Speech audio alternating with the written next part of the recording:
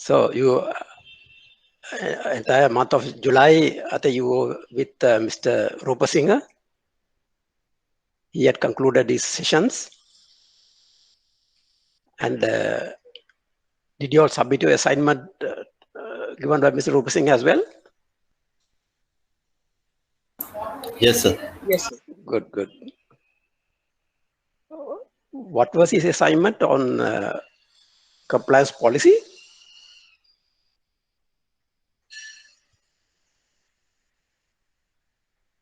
What was the topic of Mrs. Rupasinghe's assignment?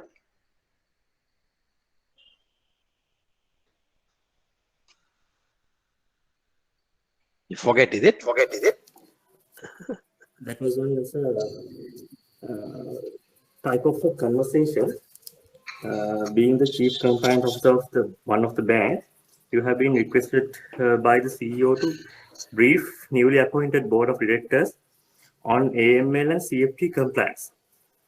Explain the relevant points to be important to the board. Outline the key features of the Financial Transaction Reporting Act number 6, 2006. Okay. So basically he's asking you to develop a compliance policy, right? Yes. Component of compliance policy. But he had narrowed it down to AML CFT matters. Today I'm going to discuss with you developing a compliance plan for an organization.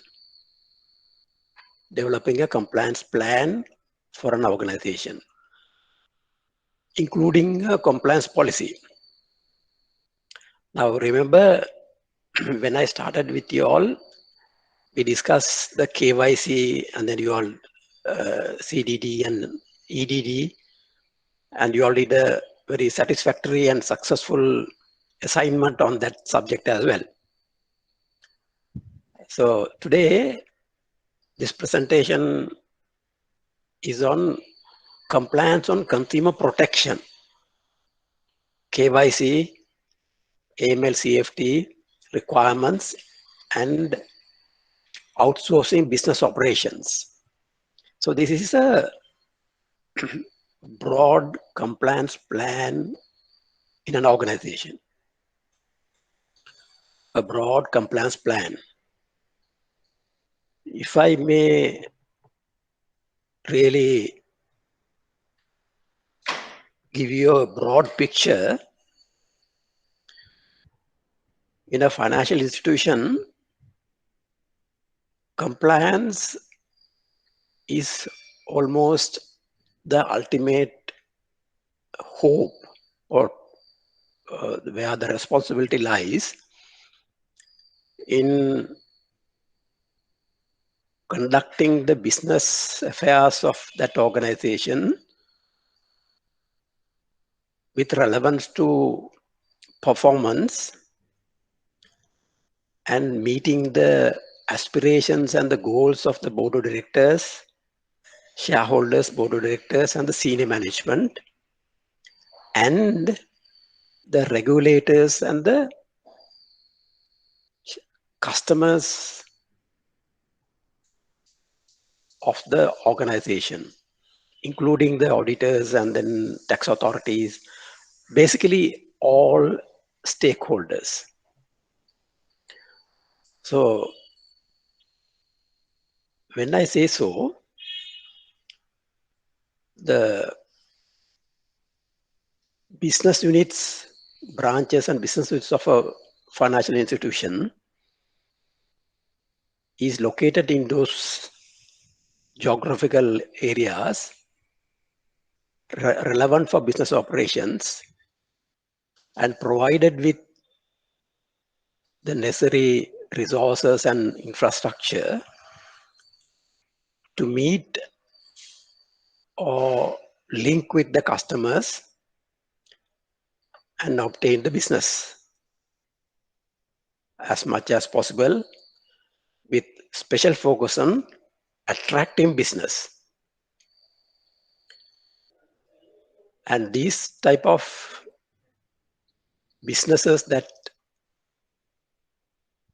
are attracted or concluded with the customers or clients or other external parties should be in compliance with the external rules such as the Parliament Acts and the regulators' requirements, the directions, determinations, and gazette notifications. These days is very, very important, isn't it? All of a sudden, central bank or the president or the somebody else, Minister of Finance issues no extraordinary payments outside Sri Lanka. So such directives are also material external regulations.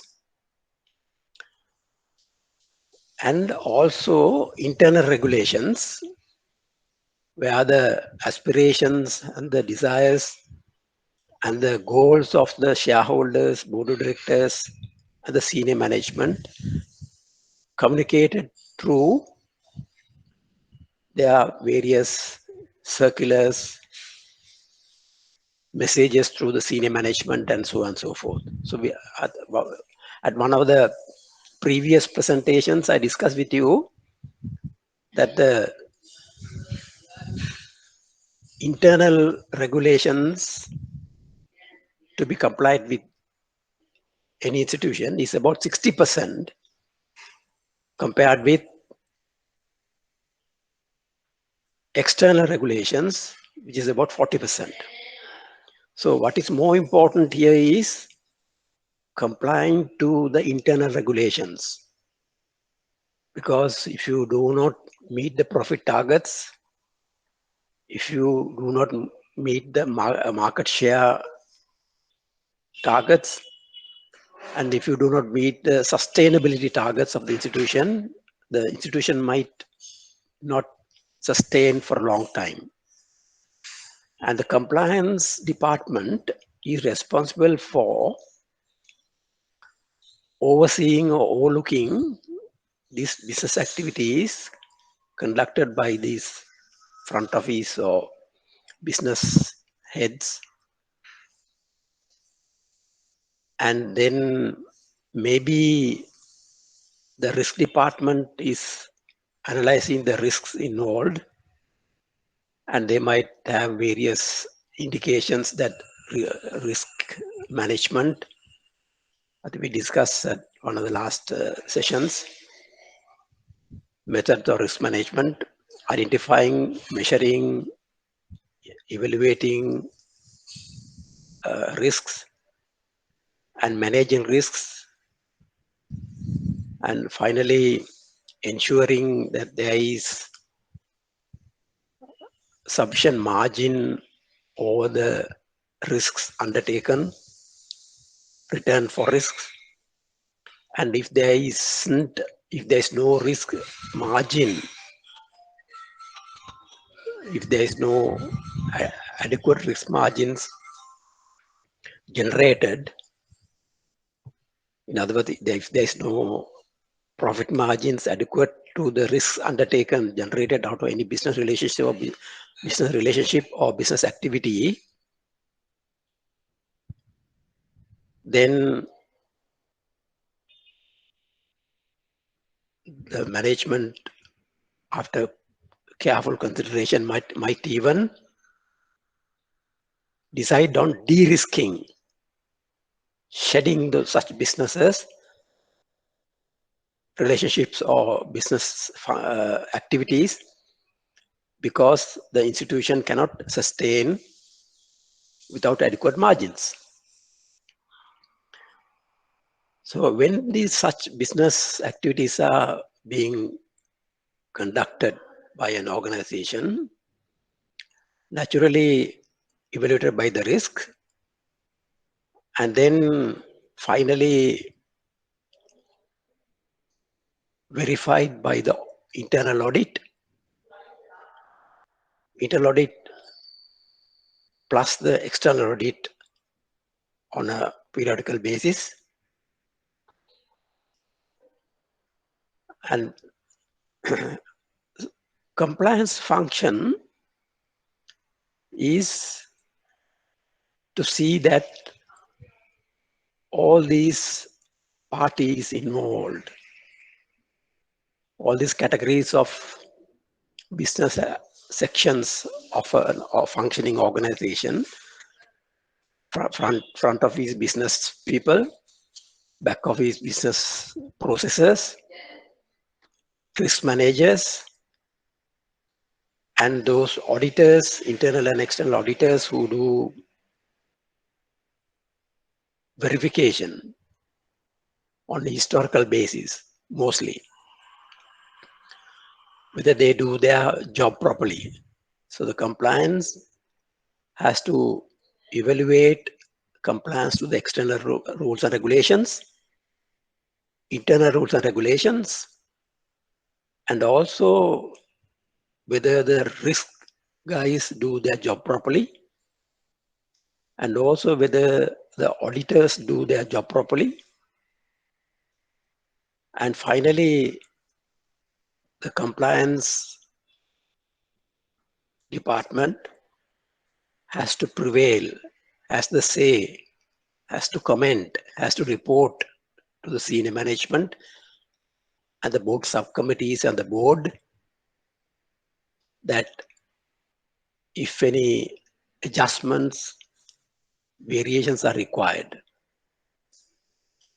to the processes adopted, the products on offer, the services on offer,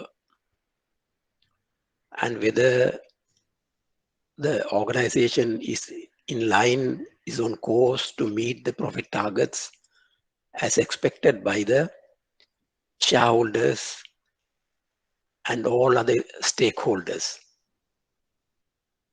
So when they do that,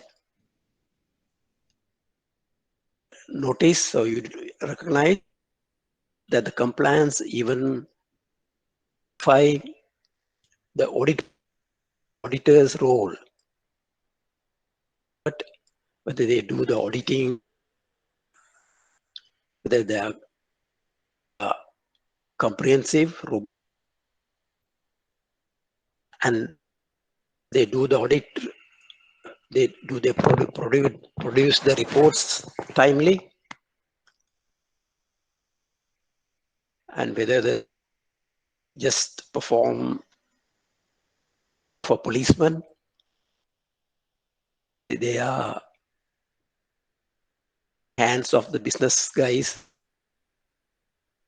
correcting any such role has to be played the compliance guys. On the opposite side, the external audit role as well. The compliance program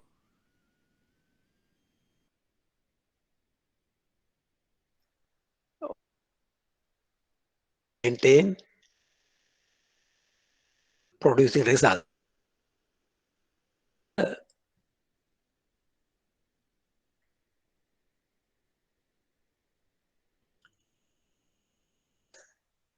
The implement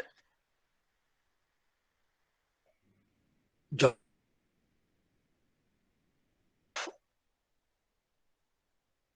of each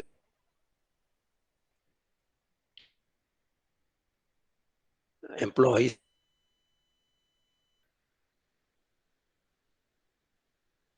then maintain the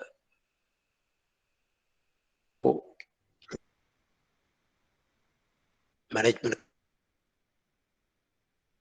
all committee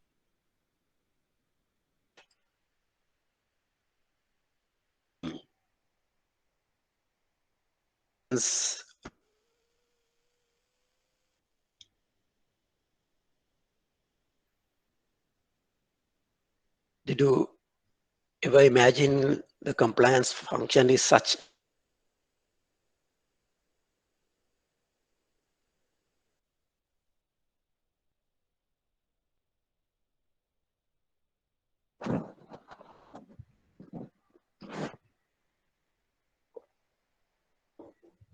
No comment. Sure.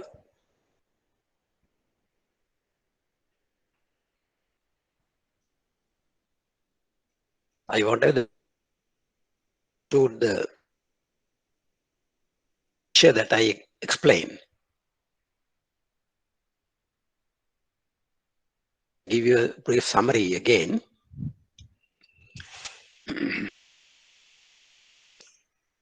Function sits on top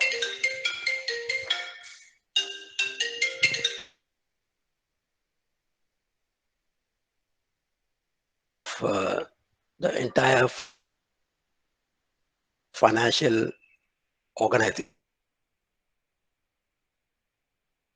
So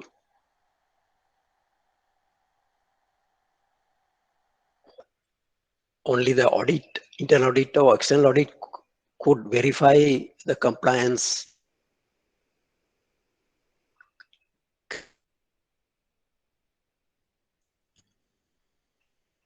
Of course, general manager, management committees would understand by reckoning whether the compliance function is robust.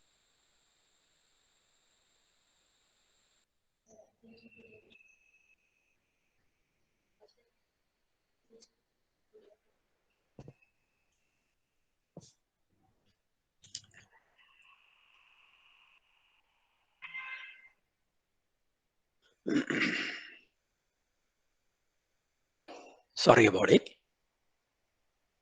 The compliance function really has to from business activities plus branch junior management levels up here and the board of directors. They need to be briefed of the developments and see that the designed goals, profit targets,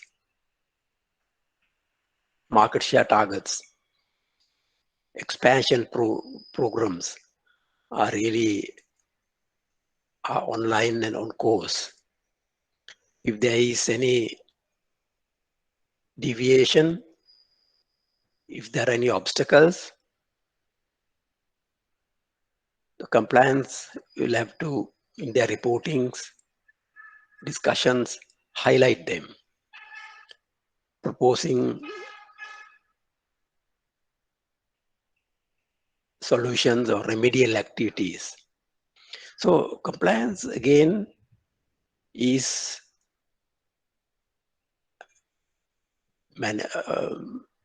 populated or staffed, or the employees of compliance department has to be of overall knowledge with some intuitive knowledge, intuitive capabilities, and estimation of the revenues and the margins and the targets, plus for any product or services or process that are being handled by the organization. When there is a legal or regulatory barrier, they should be able to propose a strategy to circumvent such non-compliant regulatory issues. There are various examples, practical examples we will discuss as the slides move forward. So compliance is an overall superior function in an organization. So it is therefore very important to develop a good compliance plan, creating a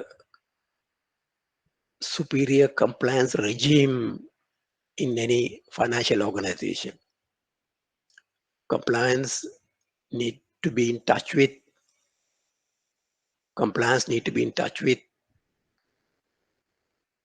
all corners of the employee population in an organization. Talking very friendly, understanding their problems, and suggesting remedial activities, including HR matters, starting from recruitment level to allocation of human resources to various departments, various branches, various products. Compliance has to get involved. Example, if a graduate with a mathematics degree is employed as a marketing department, is a non-fit arrangement. The mathematics knowledge and the skills is best utilized in the finance department or treasury department or investment department in such areas. Then the HR and the compliance will have to assess that those particular individuals desires as well, which area they would like to work best. So likewise, compliance department has to be really on the ball, playing the ball with every business unit in an organization. So let's move forward. Now we were talking about protection.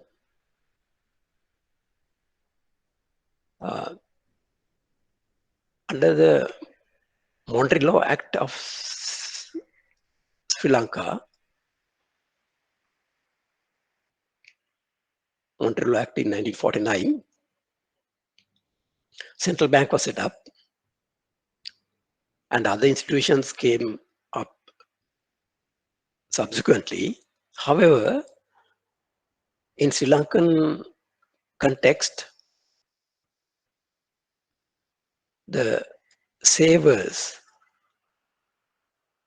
out of the Sri Lankan population, those who do legal economic activities with legally positive economic activities, they do earn the income over expenses is a saving on an individual basis, on a family basis, family unit basis, and entities, organizations, partnerships,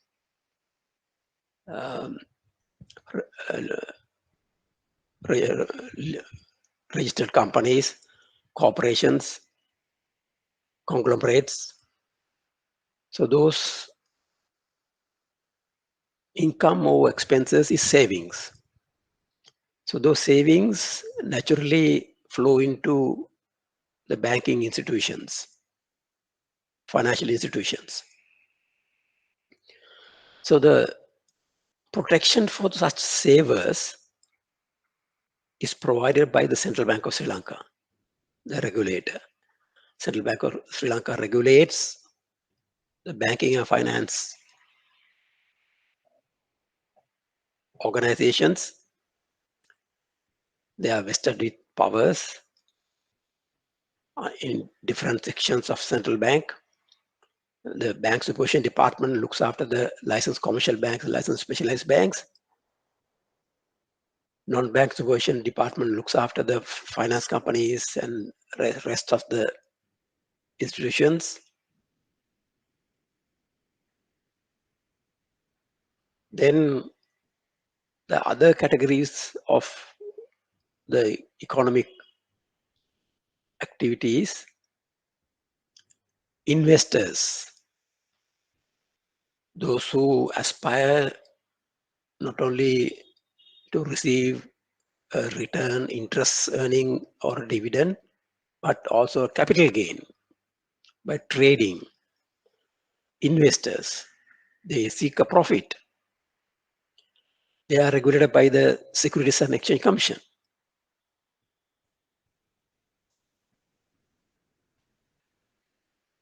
In Sri Lanka, unfortunately, we have only the Colombo Stock Exchange as investment forum. In other developed countries, there are many organized exchanges. Sri Lanka being one of the world's largest tea producers, natural rubber producers, we don't have organized exchanges for tea or natural rubber. Or for that matter, even garments.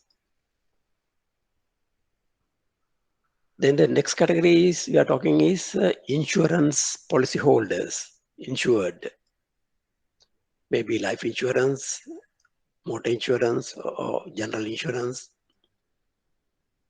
They are regulated by the Insurance Board of Sri Lanka. So in the financial markets, financial communities in Sri Lanka, there are three regulators, namely Central Bank, Securities and Exchange Commission, Insurance Board of Sri Lanka. And they protect depositors, investors, and insurance policyholders, respectively.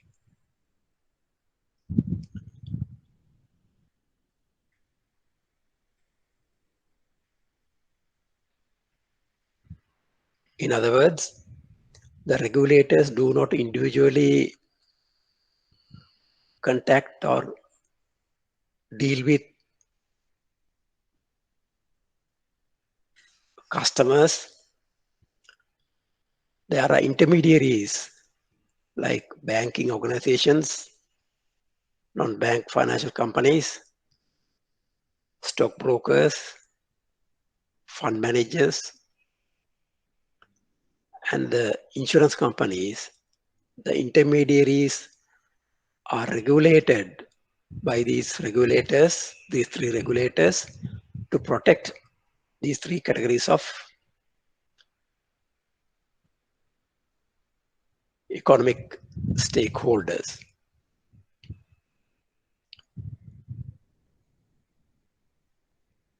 So business organization or business entity or intermediary without a compliance culture, without complying to the regulations issued by the regulators or by the central government or any other authorities, is dangerous to all stakeholders.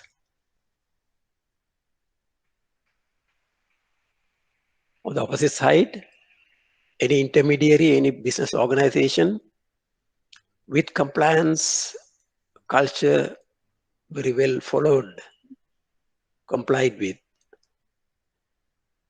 will be benefit to all stakeholders, all economic stakeholders, they will be benefited. So this is the simple message. And that is the reason why the compliance rules are extremely important in conducting business activities in any organization and in any industry and in any country.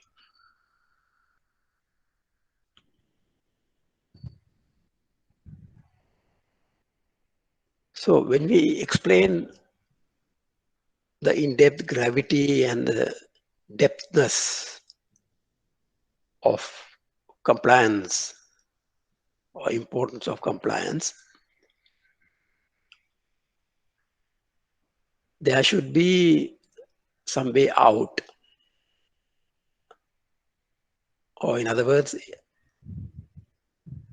we may fail in our compliance endeavors if we do not identify the ways and means of successfully complying to the regulations and the guidelines. It is simply can be explained by these 5 golden rules. Any professional, any employee of any organization, the banking organization, non-banking organization, stockbrokers, fund managers, or insurance companies, they need to focus on these 5 aspects rigorously. Basically, identify. How do you identify the business activities and the customers or clients? Through KYC, CDD, and EDD. By now, you know, you understand very much what is KYC, what is CDD, and what is EDD. Enhanced due diligence, where high-risk customers are concerned. So we explained a lot on that, and that you wrote a successful assignment also on this subject. Then next point is that to review and monitor. Maybe at the time of customer onboarding, you take the KYC, CDD, EDD and all that.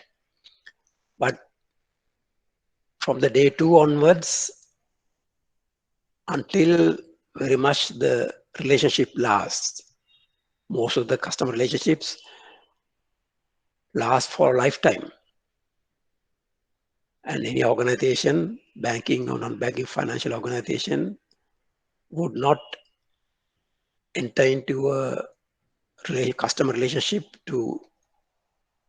with a limited lifespan. They will want the customer to be with them for lifelong. So from the day 2 onwards, customer position with regard to KYC, CDD, EDD might change, might vary. Definitely it will vary. Good, successful entrepreneurs become successful in their business, their wealth, their income, their business will vary, change, increase.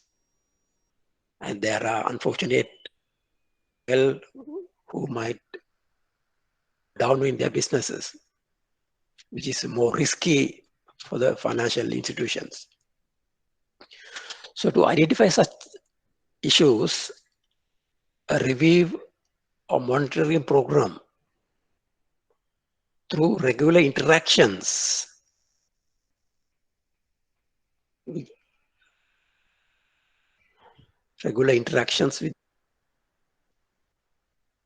and this will have to happen. And in this process, if you identify any suspicions, there is a process of reporting the suspicious transaction reports. We discussed that fact as well. Initially, to safeguard your customer, you might report to your senior management or business heads and may discuss the remedial actions that the organization should take to protect the organization's reputation.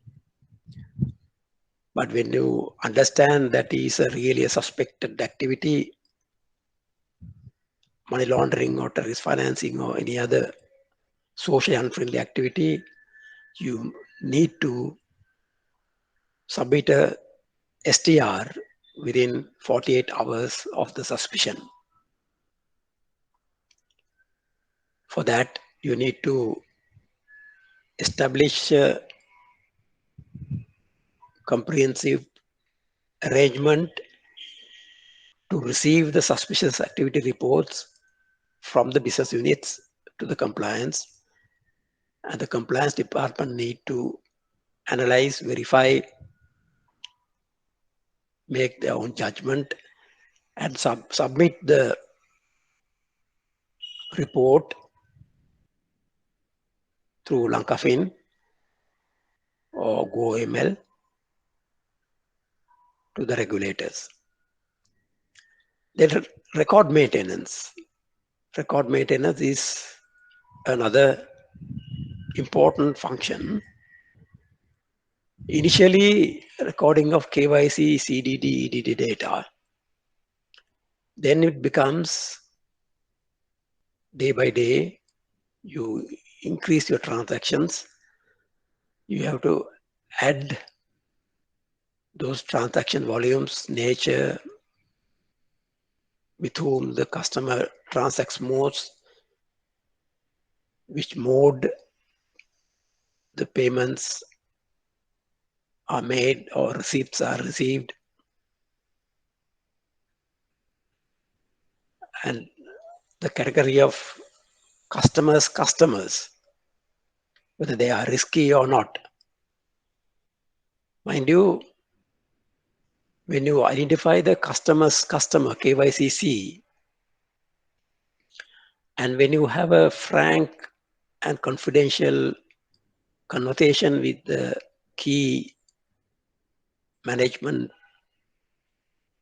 people of your customer organizations, they would really love, this is my personal experience, to hear from you a good, independent, and studied, considered description of their clients, whether they are making good progress, whether they are up to mischief or not. So record keeping also helps. If you make a mistake by any chance in identification of a customer or in reviewing and monitoring or in the reporting process, if you are a human being, you might make a misjudgment or misinterpretation.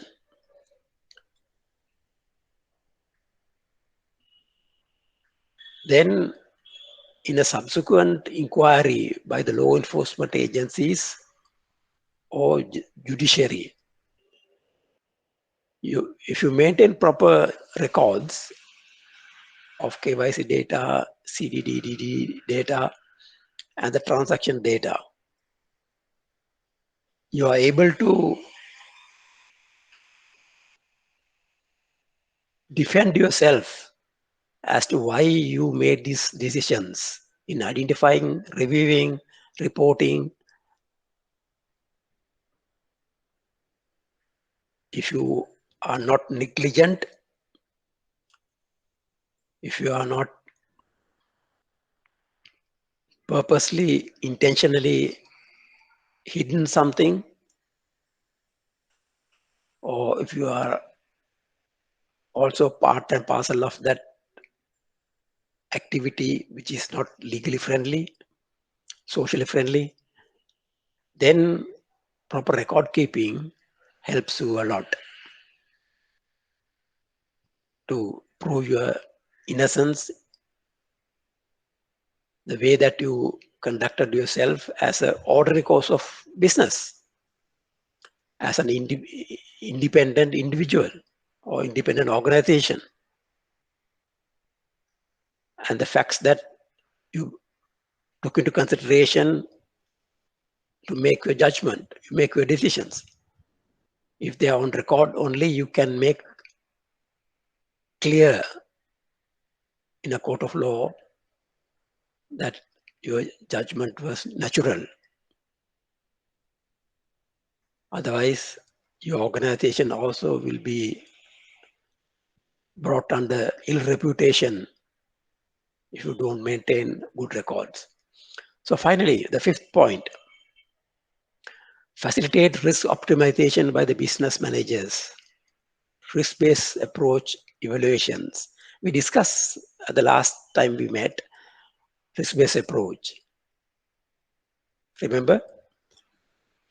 So the facilitating risk optimization, evaluating risk, estimating, managing risk, and de-risking. Basically, your organization has to survive. If your organization has to survive, there should be a sufficient margin to meet your overheads and the profit margin.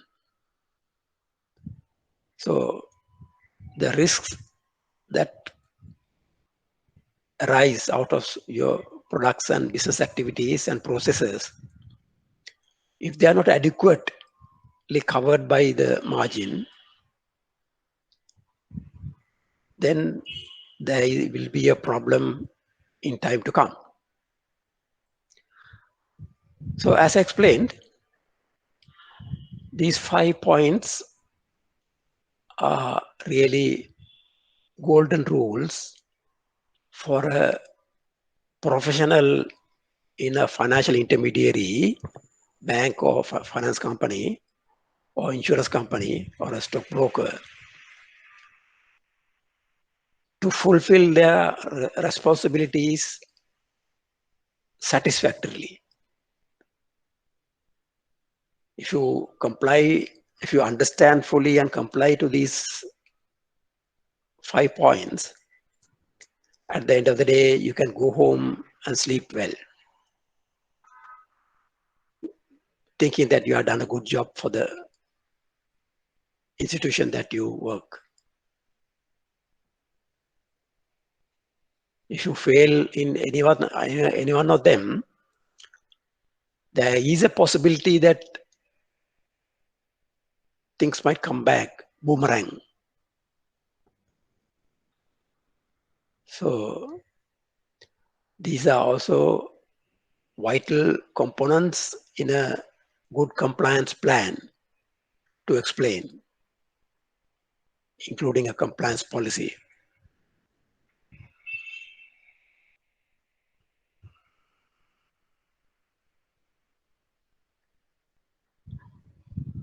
So just a reminder or recap of know your customer. You all did a good assignment. Just a recap on a broad basis.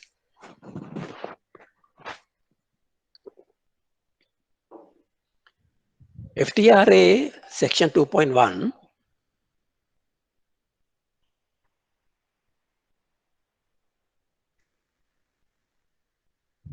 the starting point for KYC concept.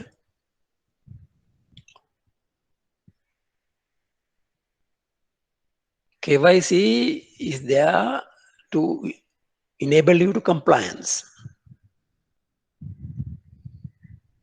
That is the starting point for your entire compliance function. Ascertaining the customer needs, their investment objectives, their strategies.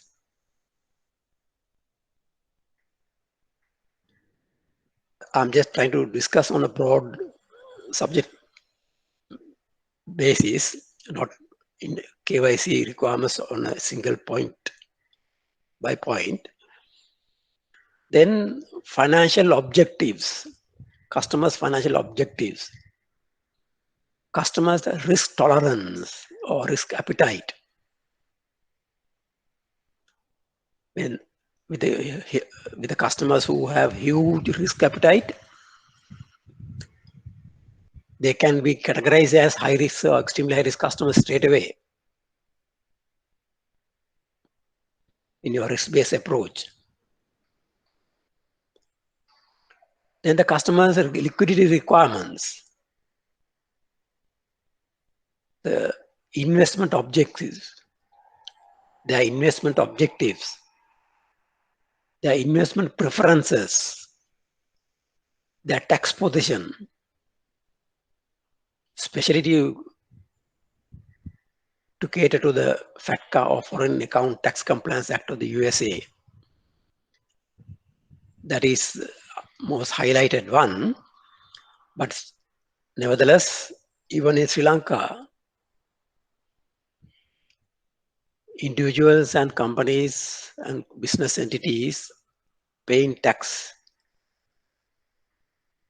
the tax position must be established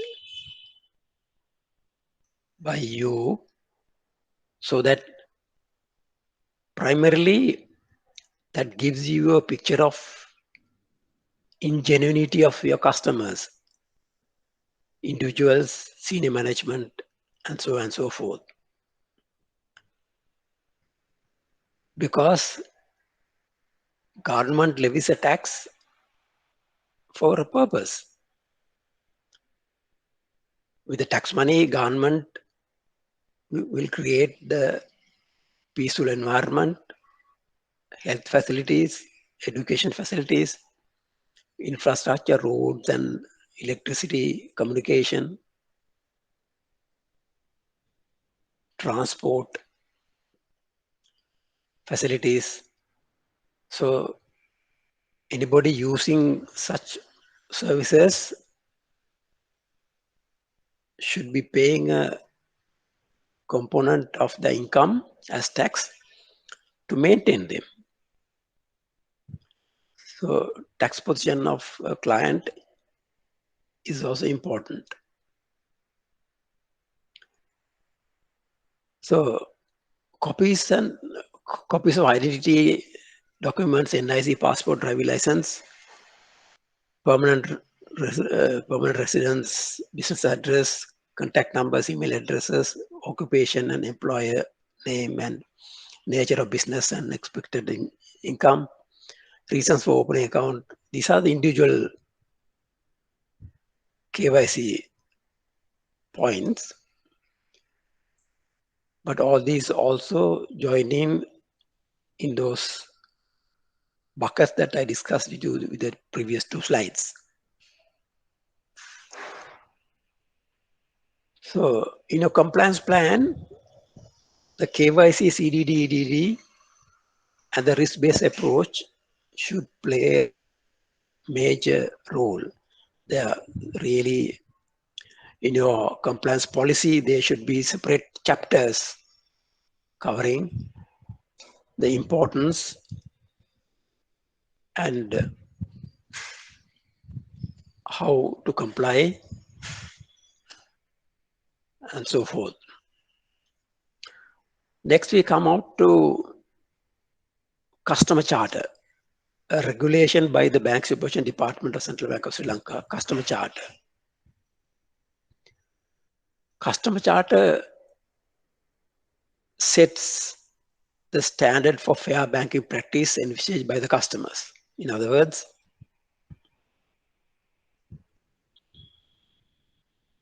any financial intermediary should be speaking up,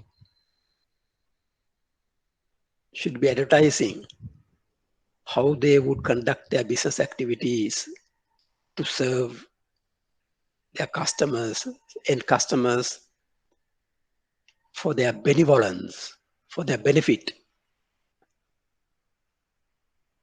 by the financial intermediaries, activities and transactions and the products. What value and how those values are going to be created to the users of your products your services, and your processes. This need to be explained sufficiently, with of which I will highlight a few key points. So in a broad compliance plan or a compliance policy, the third chapter, first one I explained before, first two, a separate chapter should be on how well are you going to interact with your customers and provide benefits or services to your customers. Information of understanding the banking products and services. Information of understanding. All those products and services that you provide and advertise and try and attract customers to do transactions with you. There should be a sufficient awareness, sufficient marketing done. Customers should understand very well. And going into little depth, you should be in a position to understand and analyze the customer's requirements and give them or recommend them the best product that you have for his or her or the company's needs. The products and services both. Mis-selling or selling an unsuitable product or service is going to be a danger, and then asking for ill reputation in time to come. More often, when such things happen, mis-selling happens, the customer may default, customer may run off. Almost all the time, the customer will speak ill of your organization. So such mishaps should be avoided. And key fact documents for each product or service. Under the customer charter, key fact documents must be prepared for each product and services that you offer to the customers. And in a nutshell, the key features of this product or service must be explained.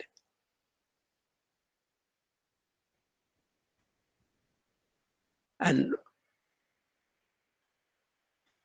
these key fact documents can be publicized in your websites as well, so that, in fact, most of the banks and non-bank finance companies do carry in their websites the brief description of their product, including the rate of interest, exchange rate, charges, maturity dates, how a general description how it could benefit the customer if they choose to subscribe to this product or service. And more often, these key fact documents are available in a printed form in a nice dockets in the customer lobby areas of the branches and the business units.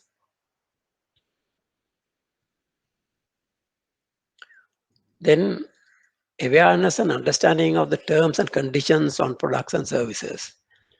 There is going to be a special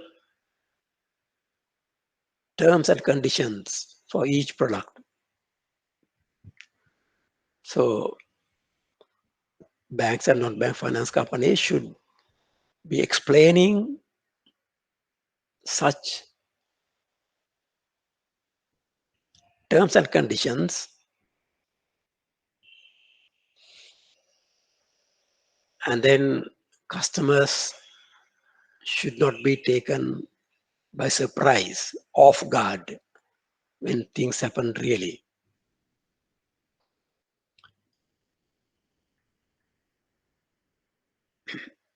When you do key fact documents and terms and conditions of products,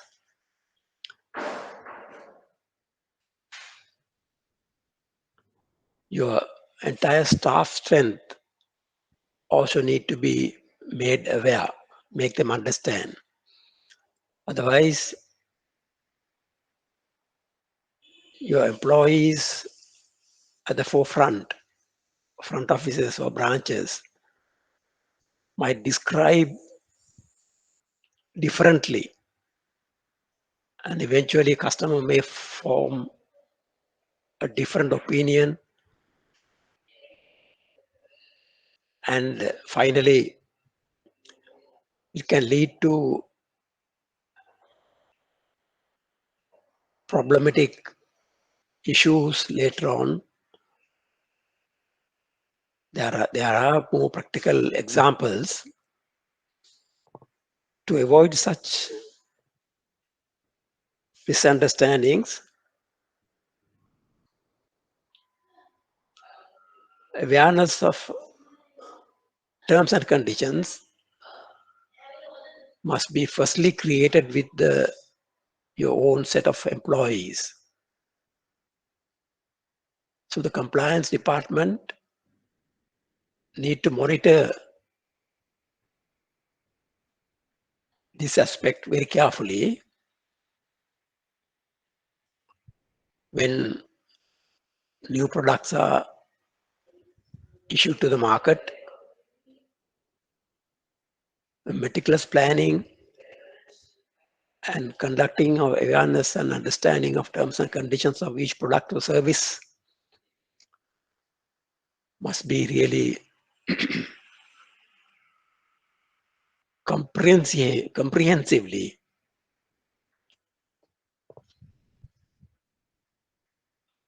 carried out. Then under customer charter, periodic statements to customers, printed or electronic forms. When customers subscribe to your products or services,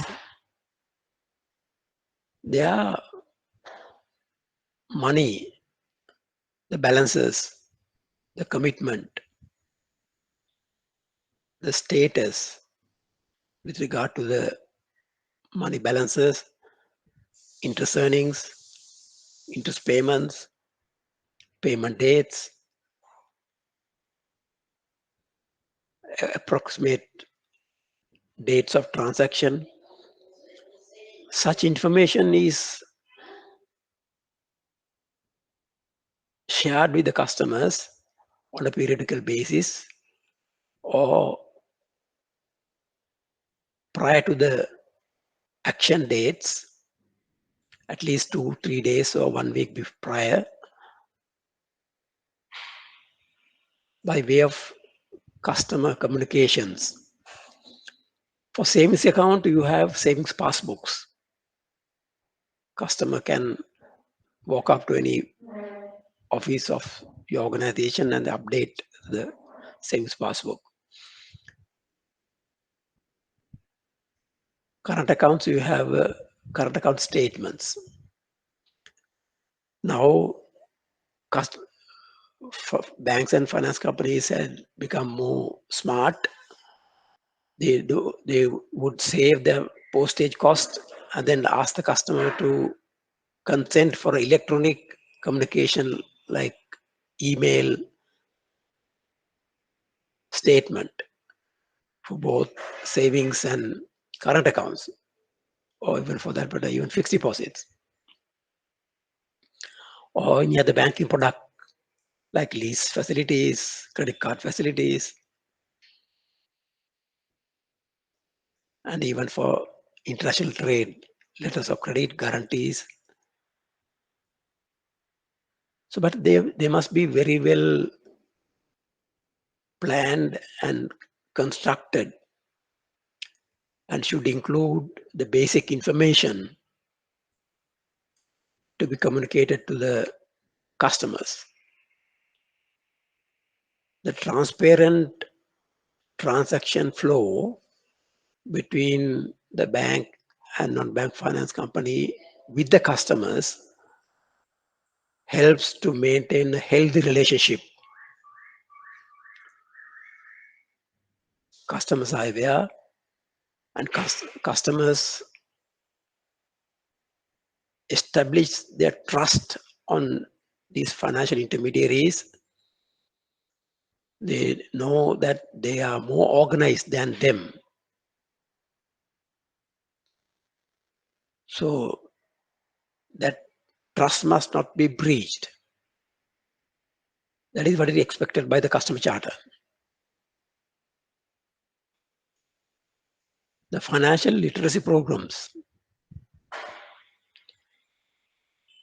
for customers, there should be a periodical awareness programs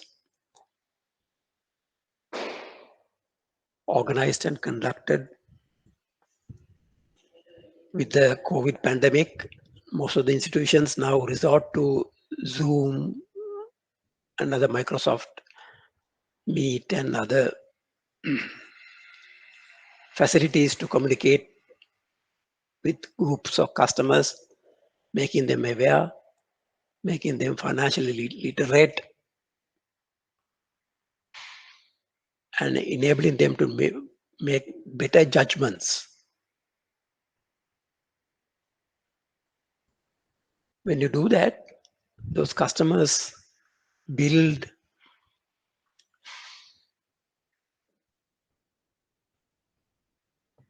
a good trust on the bank or non-bank finance company, saying that, thinking that this organization will not let us down by way of information, by way of educating us to make better judgments and better decisions. And such literacy programs can be for the benefit of the public and customers as well, and for the benefit of the staff. So when there is cost-effective methods of delivering such literacy programs, virtual meetings, explanations, presentations can really help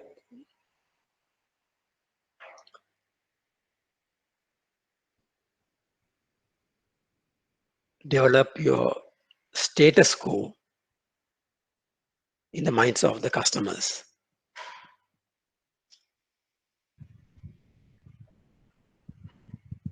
Another requirement of the customer charter regulation is to develop and establish a code of conduct for employees, and they should be aimed at customer protection, protecting customer rights, customer benefits. So this code of conduct can be made available to each and every employee, so that the code of conduct helps them to carry out their professional duties as well. It will become a guide to the employees. How they should attire, how they should command their language, and how they should they should be, how and when they should be calling the customers if necessary.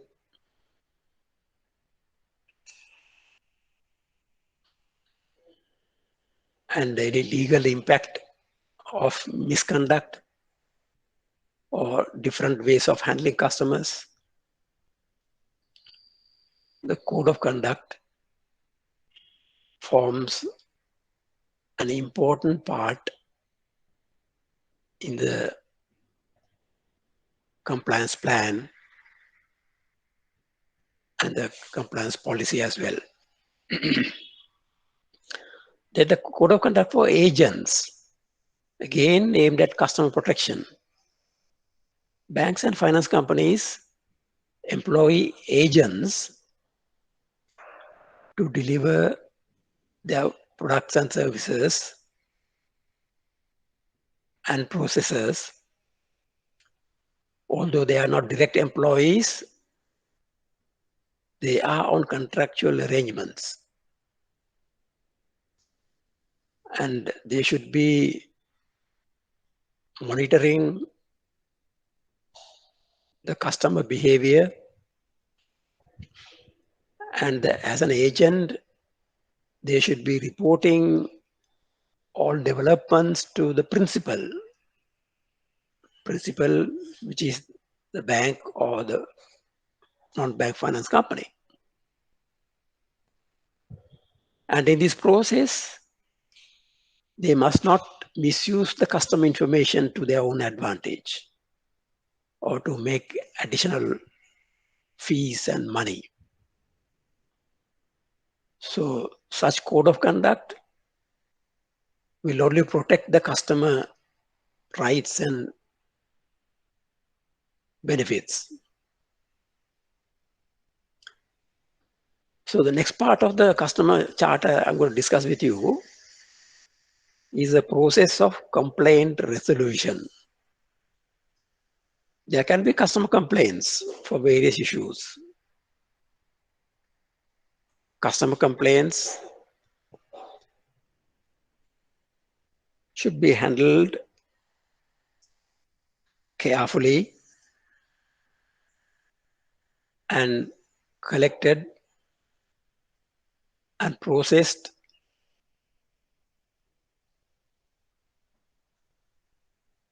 easily and transparent manner.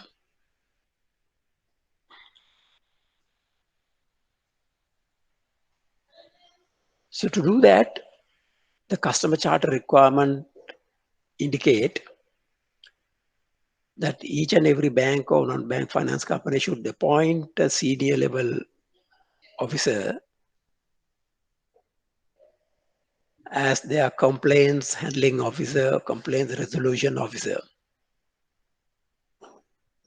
A person with adequate command to understand and make a judgment on behalf of the organization and explain to the customer or the aggrieved party. And this should happen without delay. This should happen quickly. And for that to happen, the complaints resolution officer's name, contact telephone numbers, email addresses, or his or her location must be publicized in the customer service lobby areas or in the websites or in the printed booklets or in the notice boards so that any customer who is a victim of any activity can collect such information and reach out to the complaint handling officer with ease with his or her complaint. So when such transparent decisions are made,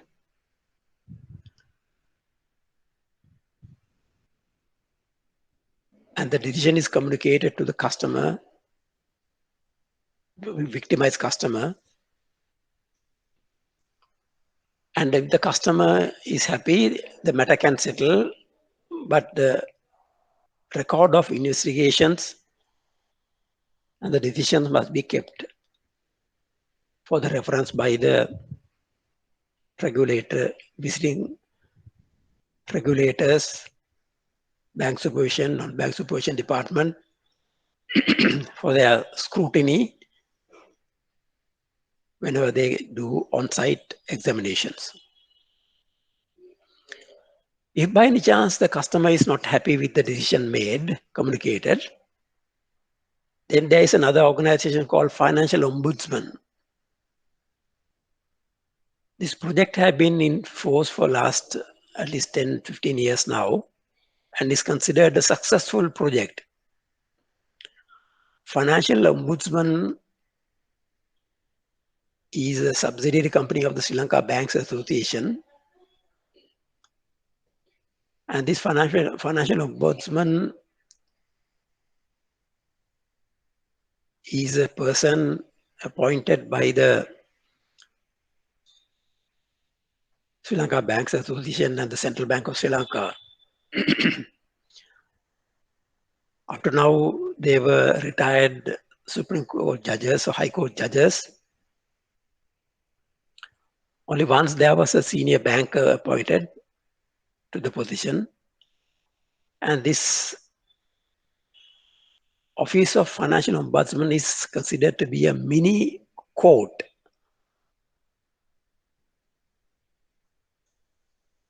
And the contact details and telephone numbers and email addresses of and location of the Financial Ombudsman also must be publicized in the booklets, in the custom lobby areas, in the notice boards, and the websites, so that unsatisfied victim of who received the decision from the complaint handling officer can reach out to the Financial Ombudsman and seek a resolution. Usually, this Financial Ombudsman office was somewhere near Babalapitia, location-wise. And those who have visited Ombudsman office for inquiries or investigations of custom complaints might know better. If not, this again is like a court of justice, mini court of justice. So they would, Financial Ombudsman, on receipt of complaint from the customer, they would invite the relevant parties from the financial institution, the bank or finance company, and the customer for an inquiry on a given date appointed in advance. There again, after hearing for all the complaints and the resolutions made, explanations provided, Financial Ombudsman will make a judgment and give his decision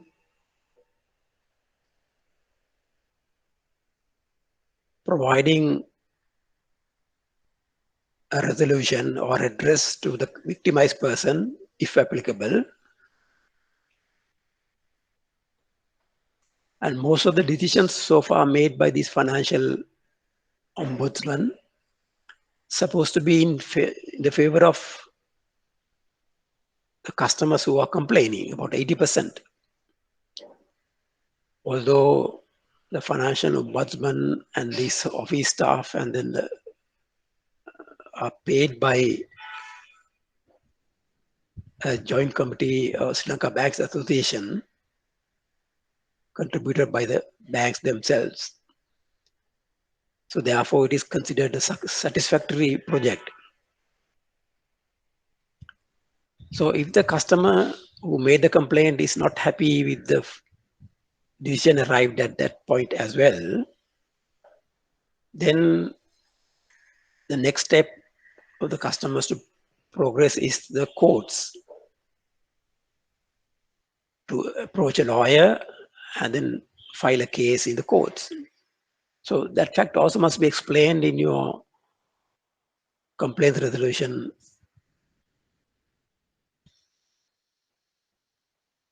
information with the website, or the notice board, or the custom lobby area, or any booklets.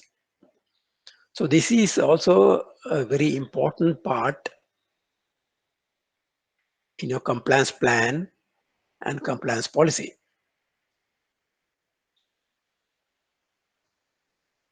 So next few important points in the compliance customer charter is special attention and care for various needy customers and clients.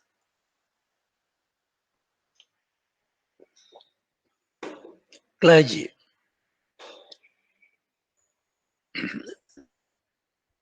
those religious leaders who are your customers,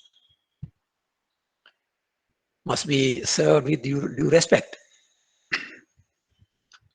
They must be assisted in such a manner that they don't lose their dignity.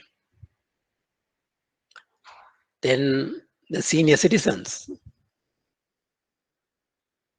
they need to be handled with care and then provided with all the sort of facilities they need, including senior citizen rates, so-called whatever the margins over certain rates. And some banks I know, they waive off charges and charges for senior citizens. Then professionals also need to be handled with care. Those with physical disabilities. Those with physical disabilities, there is a parliament, act of parliament as well, such as providing access to office buildings,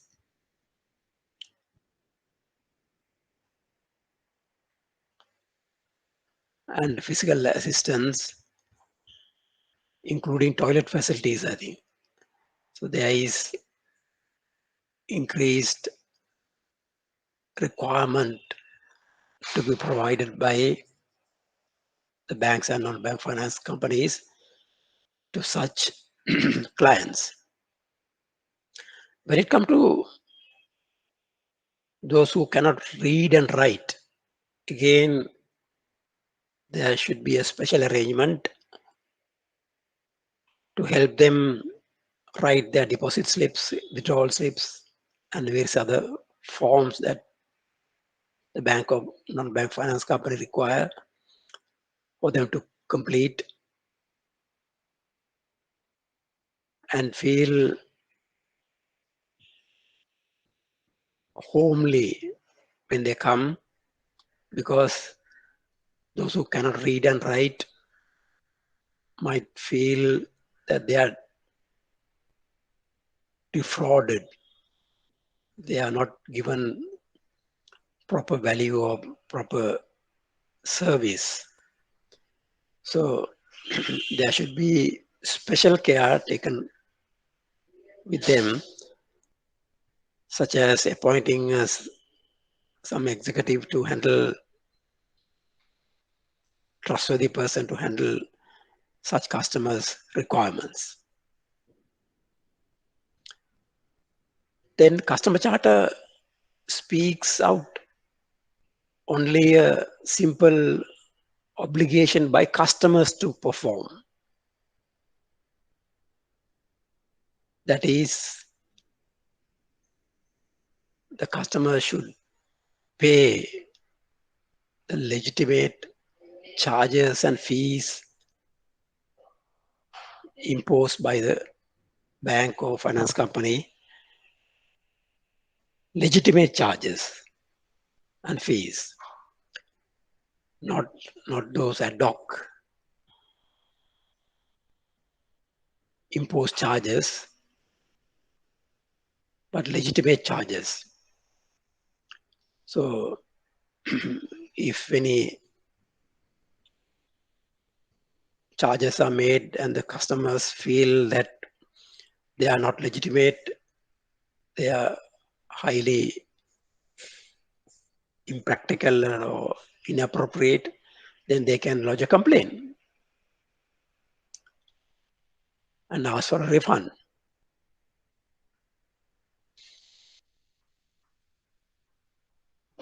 So those are the few things that customer charter regulation I want to highlight, but there are many more things in that.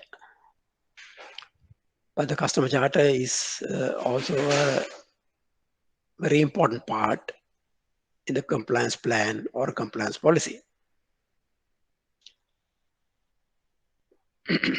Then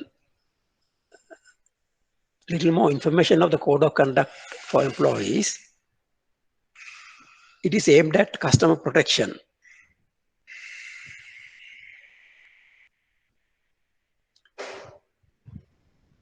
and customer convenience, transparency, increased reputation and integrity of the bank, increased reputation and integrity of the bank. Because when the code of conduct is followed by the employees, it will increase the reputation of the bank or the finance company, and the reputation and integrity is so high when the code of conduct is properly structured and is made aware to the employees to be followed, which creates a pleasant feeling in the mind of the customer. Then the focus employs on areas of ethical risk, which is very important. Employees will be reminded and they need to focus on areas of ethical risk. Then provide guidance to employees. The code of conduct will guide the employees in the manner in which they should behave, they should attire, and how they should command the language in front of the customers in handling the customer transactions.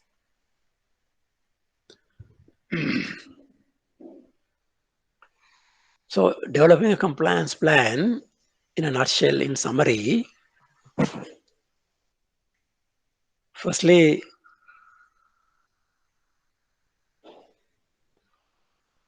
you must do your research, adequate research of your organization and the requirements.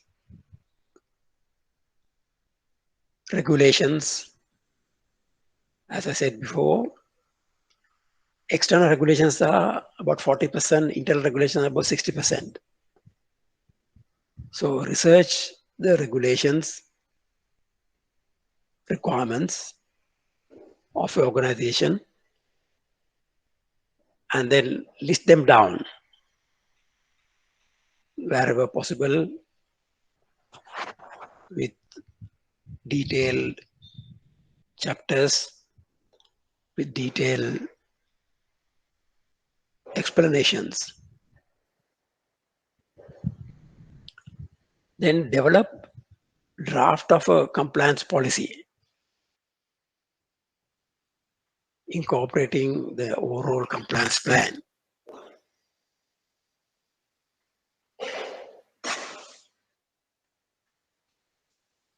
Then communicate with stakeholders and seek their views, opinions. Who are the stakeholders? Starting from the business units, those who meet the customer regularly, interact with the customer regularly, branches, business units, junior management, senior management, then the risk department, audit department, finance,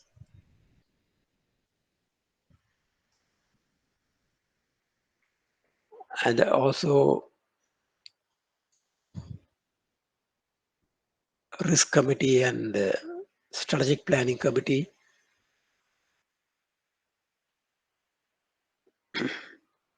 So you should have a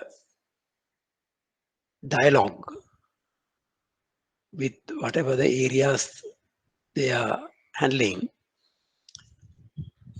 and those stakeholders must contribute with their views and opinions, how best they should be contributing to the organization. So this type of communication, two-way communication, not only at the time of developing a compliance plan or compliance policy, should happen intermittently, so that time and again the compliance policy and the compliance plan is updated with new happenings. Then you come to the stage of developing compliance controls, assimilation of information, reporting, then communicating new regulations.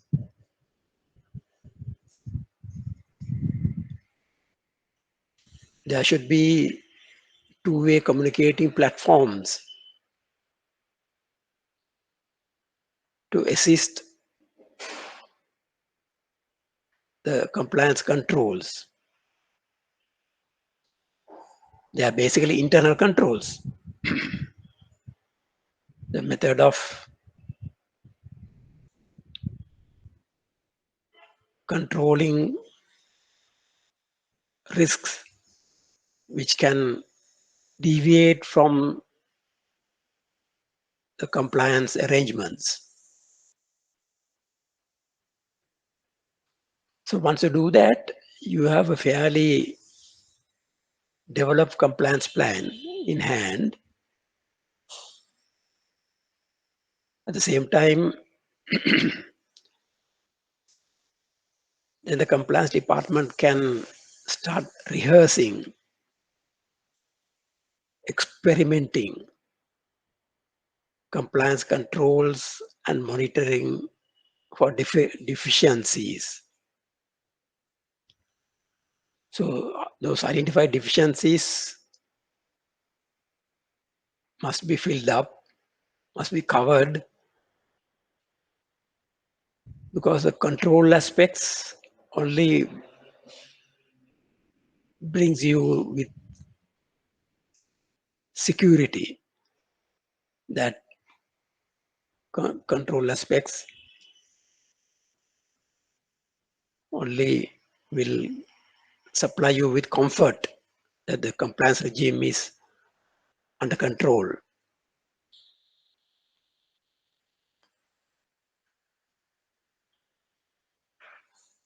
So once you rehearse, you usually identify many deficiencies. So you can have makeshift arrangement leading to permanent arrangements in time to come, or with the shortest possible time span, and eventually building up a comprehensive compliance control in your compliance plan.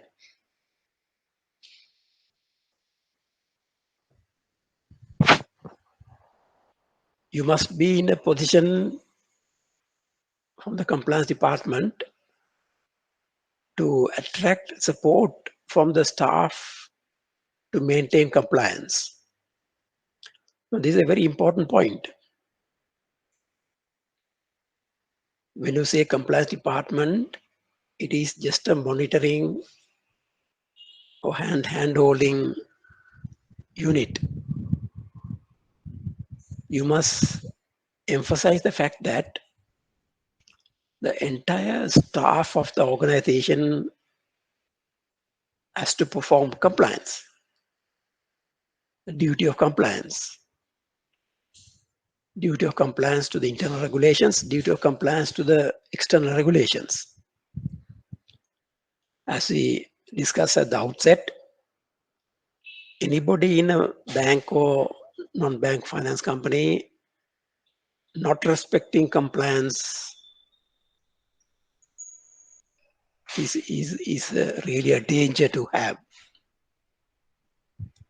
So therefore, when you speak of compliance staff, is perfectly the entire workforce of the organization. Everybody performs compliance. The compliance department staff will only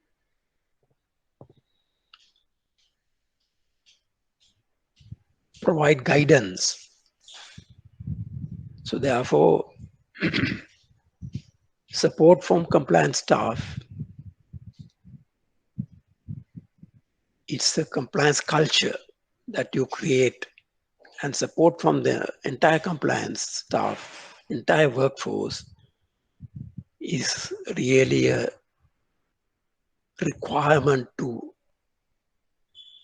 be maintained. If any category of staff, any individual staff who does not comply with the requirements of compliance has to be reformed, has to be convinced that the compliance is the game in any business activity. In any business activity, compliance is the game. Without respecting compliance, without being part of the compliance team, there's no life in any financial organization. So that support must be maintained. Then training. In all the training programs, focus on training all relevant staff on their areas of work with a view to obtain minimum output.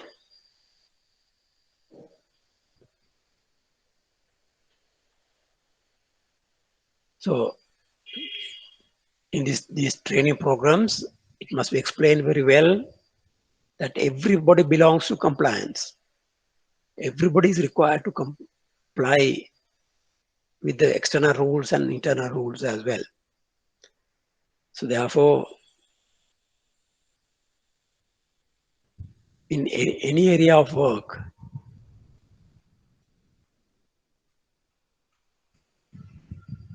the requirement of compliance, excuse me please, Poshi.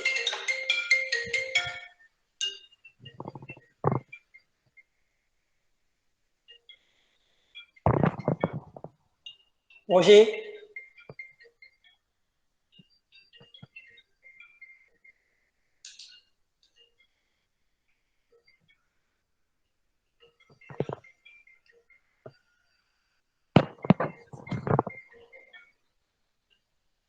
Hello, hello. ඔබලා ඇවිල්ලා තියෙන හරි එන්න අපන්න.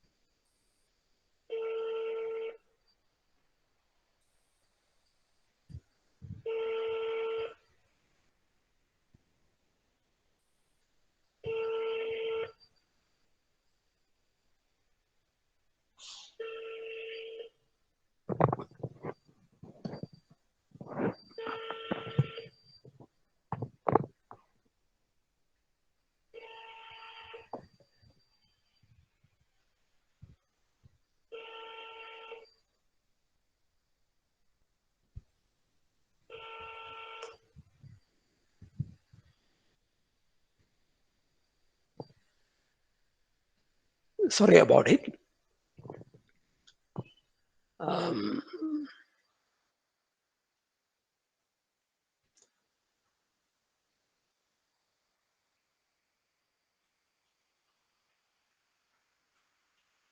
So that training I was speaking of, training has to be one more important thing that I want to discuss with you is that I have to attend a very important meeting in about 15 minutes time.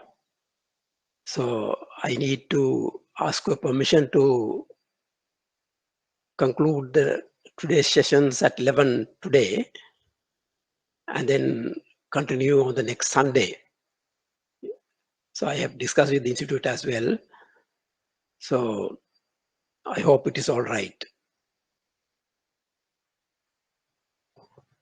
So we'll finish this slide and then finish up for today. Thank you. So training has to be focused on training all relevant staff.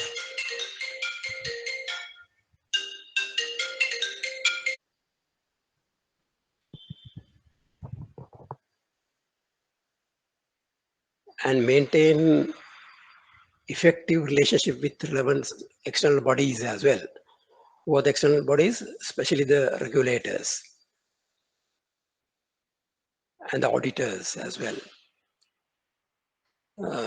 Respond requests from external bodies and seek consultation. Respond to requests from external bodies and seek consultations. Then identify non-compliant activities and remedy the situation.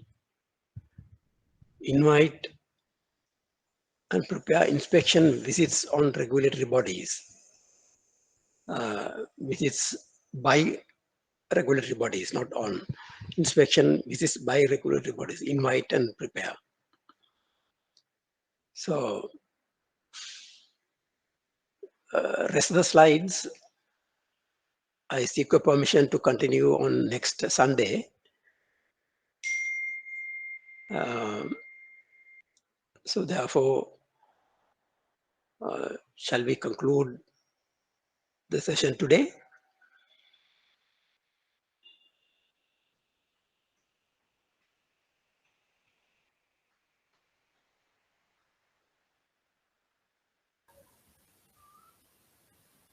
Hello?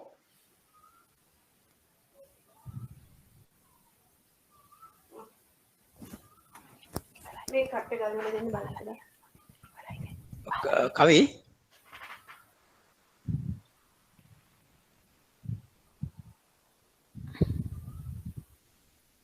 Kavindra?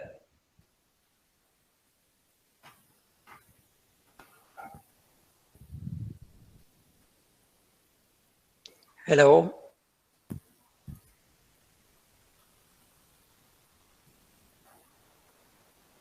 Anyway, I apologize for the abrupt conclusion for today's lesson. Anyway, we shall resume the same topic on next Sunday at 9 o'clock in the morning. I hope it's all right with everyone.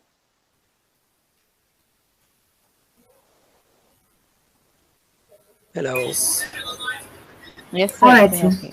Thank you. Thank you. Thank you very much. Thank you.